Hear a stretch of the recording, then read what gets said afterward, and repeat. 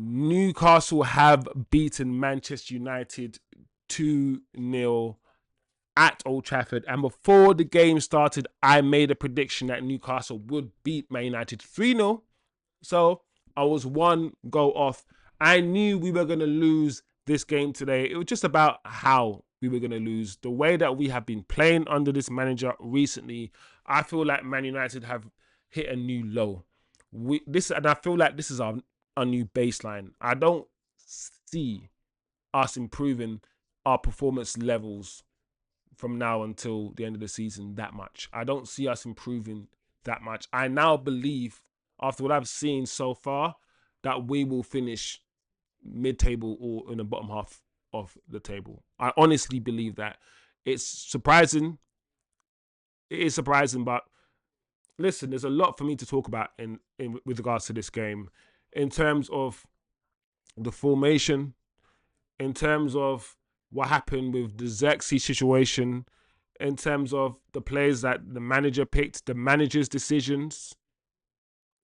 There's a lot we need to talk about. And like I said, the manager has to answer to some things. He has to answer to some of these decisions he's made. And yes, we want to give him time. Of course we do. But it doesn't mean we can't critique him.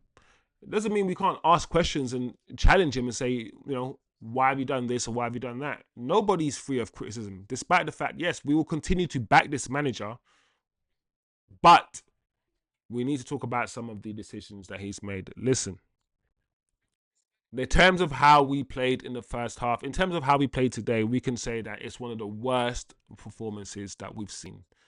I know the Bournemouth match was bad, but this match was bad. We couldn't get any passes. We're playing at Old Trafford. Once again, this is another home match.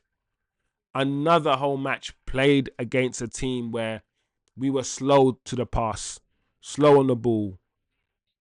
Newcastle they got into their rhythm very quickly. And yes, we have to caveat everything and say that this is a new team, new system, new manager, new coaches. Players are still getting used to this. All of these things, we've heard this many, many times before. So everything has to be caveated with all of that. But yeah, Newcastle were just up for it. I think in the first half, we never got any shots on goal. First half an hour, we did nothing. We couldn't even string 2-3 passes together. Newcastle were just bopping it around, bopping the ball around. I was looking forward to see what Zirkzee could do in the 10 with Hojlund and Ahmad, and what CASEMIRO would look like next to Eriksen.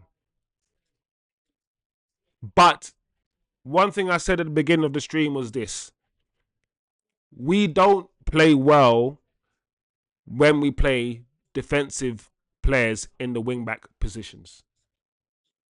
We don't play well, and it's been proven, and we've seen it now on the graphics. It's been pushed, it's been shown to everybody that United just don't play well in Amram's system without attacking players in a fullback position. So that is the main reason why I said we weren't going to do anything. The reason why I said we weren't going to do anything is because I saw Mazraoui, and as good as Mazraoui is technically, he's not a wing-back. He's not a wing-back. And as good as Dalot was as right-back last season, I believe he was the player of the year, he's also not a wing-back. So when I saw those two start again, I was like, isn't this manager seeing the details? Doesn't he not understand that playing more defenders doesn't make you more defensive? Just playing more defenders doesn't make you more defensive. Everybody knows that. It's not some one equals, like, it's not some simple thing. Like, you give them something to worry about. The best form of defense is what? Attack. We know this, yeah? So take a chance, play a more attacking player as wing-back, so we offer a more attacking threat. Yeah, you follow me? That way, give them something to think about. The best form of defense is attack. When we scored early against Ipswich, when we played well, we played with Ahmad as a wing back. And that is why people started to say, do you know what? It might be not good, might not be the best for Ahmad, but it might be best for the team if Ahmad goes back as a wing back. If you talk about net returns, let's say Ahmad playing in the 10, it is a +8 for Ahmad, but in terms of the whole team, it makes the team not really play that much better. Whereas maybe Ahmad playing in the wing back role is only a +5 for Ahmad. He's not really getting that much out of it himself, but for the team, he might just make the team play better. Maybe for the benefit of the team, he might be doing that. But we need to play attackers in the wingback positions. Casemiro and Eriksen, we know that midfield duo is an old granddad midfield duo. It's not very aggressive. It's not very mobile, and I believe that midfield got outrun today by the Newcastle midfield, which is the issue with this system. Because the issue with this system is that we're playing with double pivot and it's not a midfield 3. So often, if the number 10s are not dropping deep enough, where I feel like this might have been an issue. Zirkzee was playing the number 10 like a striker, like a number 9. And I feel like in this match, the 2 number 10s had to drop deeper into the midfield role. So Zirkzee had to play the 10 role in this match more like a midfielder rather than a second striker, which is what he's used to. And I think we got exposed often. Especially on the left-hand side, which is not Zirkzee's side to a certain extent, but that Martinez, that Dallo side. So, yeah, we didn't play well today. And that brings me to the Zirkzee thing, and I will say this about the Zirkzee thing. I believe Zirkzee is being used slightly as a scapegoat. I honestly believe that. That's the only conclusion I can have by the reaction to his substitution by the fans. The fact that he was jeered. At the time, I didn't see it, but when I look back at it, I heard it, and I was like, wow, these guys are jeering him. And I know he didn't play that well today, but he wasn't playing any worse than anyone else. And that's the main thing. He wasn't playing any worse than anyone else. And no one else, when they got substituted, got jeered like that. No one else. So why did he? What is special about him? Why is he the one that gets jeered? Hojlund doesn't play well. When's the last time we saw Hojlund play well? Like when you compare Hojlund, because this is the perfect example. This is how you see bias at work. When you hold two things constant, and then two different people are being treated exactly two different people are being treated differently for doing the exact same thing, then you got to ask what's going on. Hojlund came to us first season, played about 50 games. He didn't really play well in almost any of them. He scored about 15 goals in 50 games. That's not a good return, right? Hojlund scored, I'm not quite sure exactly, so don't quote me on this one fully, but I'm sure that the GA of Zirkzee and the GA of Hojlund this season is similar. Maybe like Hojlund might have 5 or 4 and Zirkzee might have 3. I don't know. But I don't know if it's that far apart. And this is Zirkzee's first season in the new league with a new manager in a new system. Whereas this is Hojlund's second season. And these guys got no patience for Zirkzee. None. No patience, getting booed and jeered off the park. While Hojlund is like, oh, it's okay. Hojlund has to start. I'm watching football with you guys, yeah? With all of you on this channel. And we're watching it with our eyes. And we're seeing this. 2 different people get treated differently for no reason. Then what else could it be? I'm convinced it's the afro. It's the melanated skin as well. I think it's all of that because I see it. I see it online. I see how people are talking about Zirkzee. At the end of the day, people need to understand this. Fundamentally, from a footballing standpoint, yeah, Zirkzee is a better footballer than Hojlund. He is. If you look at the qualities, if you had all of their qualities in the line, receiving the ball, passing, short passing, long pass, whatever, understanding the game, footballing IQ, Zirkzee will be better than Hojlund. He does have more. Hojlund can't even control the ball. Hojlund, Hojlund might have a decent shot at him, and that's it. So it's like, what is going on? I feel that United fans, especially the match day going fans, they want a type of football. They want to see a type of football that involves, because they used to Giggs and Beckham and Ronaldo. They want you to just go on and beat you. All right, mate, go on, beat your man and run and run and all right, run at your man. And because Zirkzee is like a Pogba, he's like a, you understand, you know where I'm going. His style, his body, he's tall, he's languid, he's got hair like me. He's got a sort of body, he's got a certain body language about him. Zirkzee fits a kind of profile that is perfect for hatred. He's perfect symbol to be like, look over there, there's Zirkzee. Let's hate him. And that's what he's going to be used at. We've seen Sancho, we've seen Pogba, we've seen all the players before him. And I can slowly feel that after like 6 games, even 7 games, he's now going to move into that role. We need that what you guys need to understand is that every season we need that player. Because the media, the newspaper, all the Eton graduates, all the posh boys that write newspapers for Daily Mail, whatever, these guys, they need that sort of player every season. And I think Zirkzee, online, in the fan base, in the stadium, he's becoming that new scapegoaty player. So, unfortunately, we're going to have to watch it grow, watch it manifest, understand the psychology. I think it's important for us Man United fans on this channel to be smarter than all of these idiots.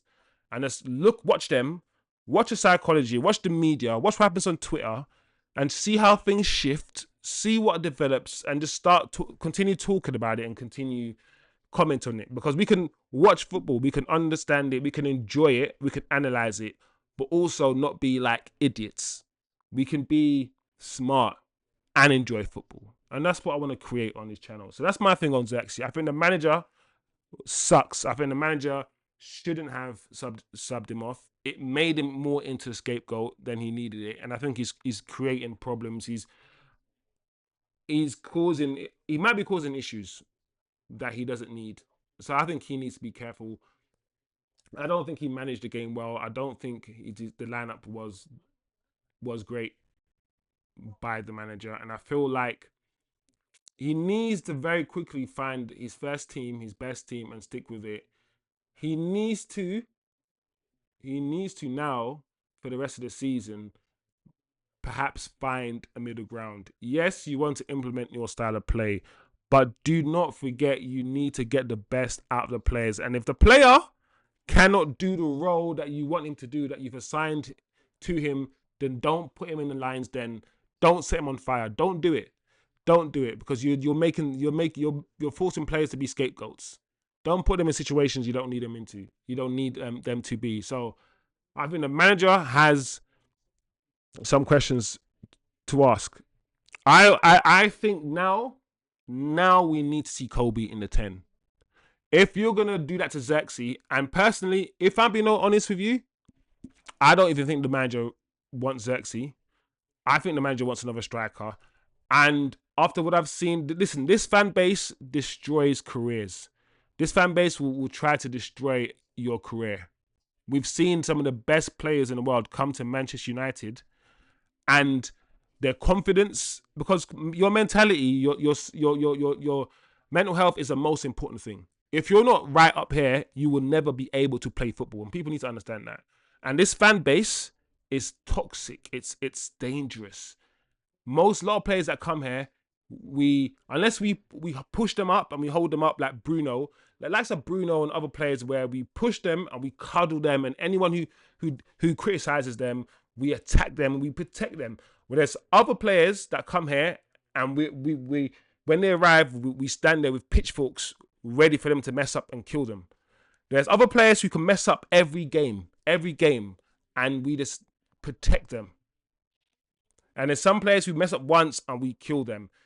That bias in our fan base is what kills us often. So many times it ruins so many players.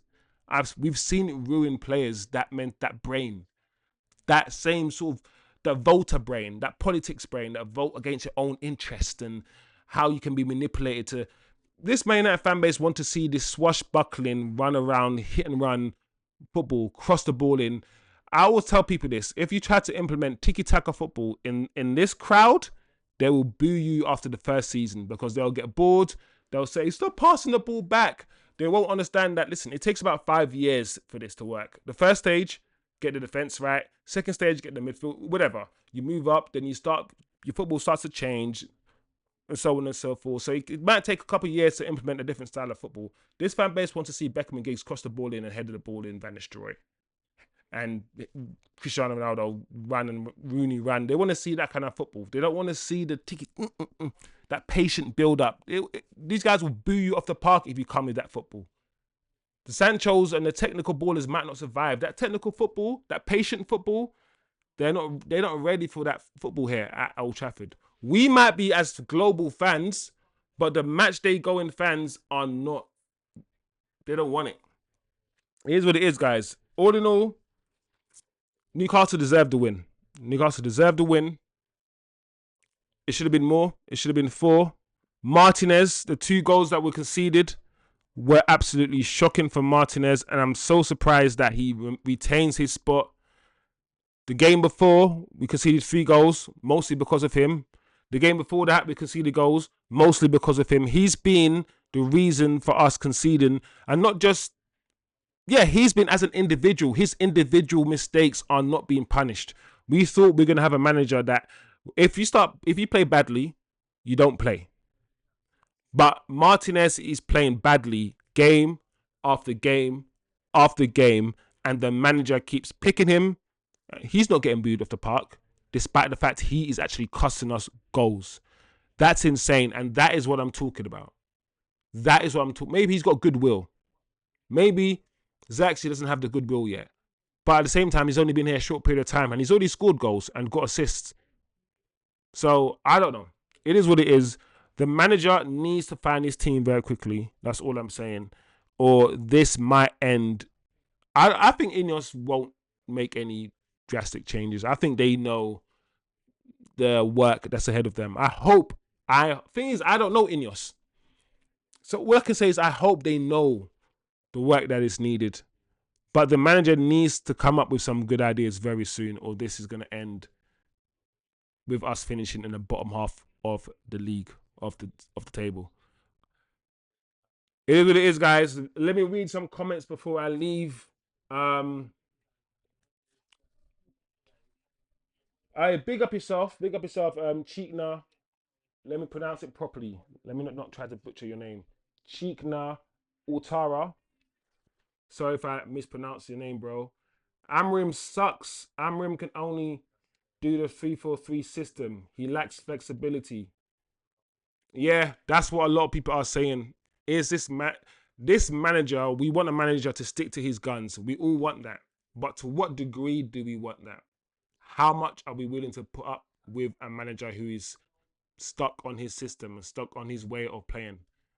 That's the question. Amram keeps on making the system over and over. Like, what's his problem? It's obvious that Dello and Mazraoui don't bring anything offensively. Yep, I agree 100%. They should have left Rude finish the season and see what happens. Amram's system takes time to gel, and they could have next summer pre-season to implement his system effectively. Listen, you're speaking truth, man. Like, that's definitely something that they could have considered. I feel like now that we're in this situation and we're seeing that we're in a bad place and the storm is definitely here, we're now going back and saying, oh, what could we have done? We could have done this and we could have done that and they could have left, which is normal. We're all going to do that, and I'm going to do that too. You know what I'm saying? And that's definitely something they could have done. Let Rude finish the season. But that's also a risk. Because what if Rude isn't good? Because Rude is not their guy. So what if Rude isn't good enough? And what if we let Rude finish the season and we don't get Amram in? All of these risks. So it was hard, man. It was hard. It's a hard decision to make. Kind FC. Let me read your comment quickly. You are right. Ahmad was dropping in and covering for the DMs, but working with an old man pivot, then drop the line a bit until you feel the match is secure. Berbatov, not insane as, yeah. Yeah, kind of see. Zirkzee's got like Berbatov style. To be honest, the Man United fans, yeah, didn't really fully take to Berbatov as well, you know. So let me just, that's a good point to make. They like Berbatov, but they didn't really fully take to him fully because his style was so languid. I always say this, like, before you call someone lazy, I'm not saying people are calling Zirkzee lazy, but before you call someone lazy, just look at the distance they ran. That's the only like objective measure of someone being lazy, the distance they ran. Anyway, guys, that's my match reaction done. As usual, smash the like, turn on the notifications, subscribe below, and I'll see you guys next time. Have a happy new year.